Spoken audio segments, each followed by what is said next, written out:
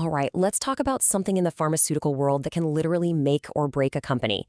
And no, it's not just about groundbreaking science. It's about proof. We're diving into records and logbooks within the quality management system.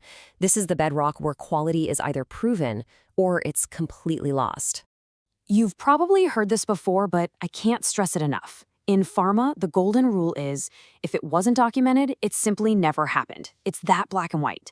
These records aren't just annoying paperwork, they are the only proof that a critical job was done and done right.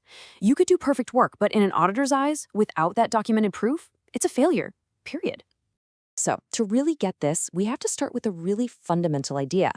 The huge difference between having a plan and having proof you actually followed that plan. This is all about procedure versus proof. Think about it like this. Your standard operating procedures, your SOPs, they're the map. They tell your team exactly what to do, step by step. But the records and the logbooks, that's the proof of the journey. That's the sworn testimony showing exactly what was done, precisely when it happened, and, just as important, who did it. And we're not just talking about one or two documents here. This stuff is everywhere. You've got your detailed batch manufacturing and packaging records, the BMRs and BPRs that track a product's entire life. You've got equipment and cleaning logbooks, temperature records, even the training records that prove your people are actually qualified to do their jobs. Every single one is a critical piece of the puzzle. So what's the end goal here? You're trying to create a story.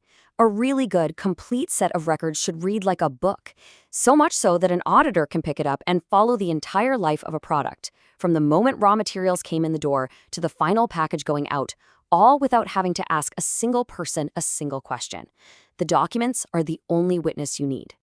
Okay, so if that's the goal, we really need to understand how easily things can go off the rails. Let's dig into some of the most common mistakes that regulators are literally trained to spot. And believe me, these errors have huge consequences. You might be wondering, why are auditors from places like the FDA so obsessed with paperwork? Well, it's because this is ground zero for data integrity. Any shortcut, any sloppiness, any little weakness in your documentation, it can be a symptom of a much bigger disease in your quality culture. This is their entry point. So what are they hunting for? Things just like this. Blank spaces, which just scream, was this step even done? Backdating? Oh, that is a cardinal sin. You just don't do it. Overwriting something without explaining why? That just looks like you're trying to hide something. Using a pencil? Absolutely not. Or maybe worst of all, entries for critical activities that are just gone, missing. Every one of these is a massive red flag. All right, enough of the doom and gloom. Let's switch gears and talk about the solution. How do you do it the right way? Following good documentation practices isn't super complicated, but it absolutely demands discipline. Look, the whole process really boils down to 5 key habits. This is the heart of what regulators call data integrity, or ALCOA Plus. So, 1, record it immediately. Do the work, write it down. That's the contemporaneous part. 2, be clear. If no one can read it, it's worthless. 3, no blank spaces. If something doesn't apply, write NA. Don't just leave it empty. 4, and this one is so important. If you make a mistake, just one single line through it, then date it, sign it, and write down why you made the change. And 5, never, ever use whiteout or scribble over an entry. It's all about being transparent. And listen, the process isn't over just because the person doing the work signed off. Nope, there's another crucial step. A second person, usually someone from quality assurance, has to review and approve those records.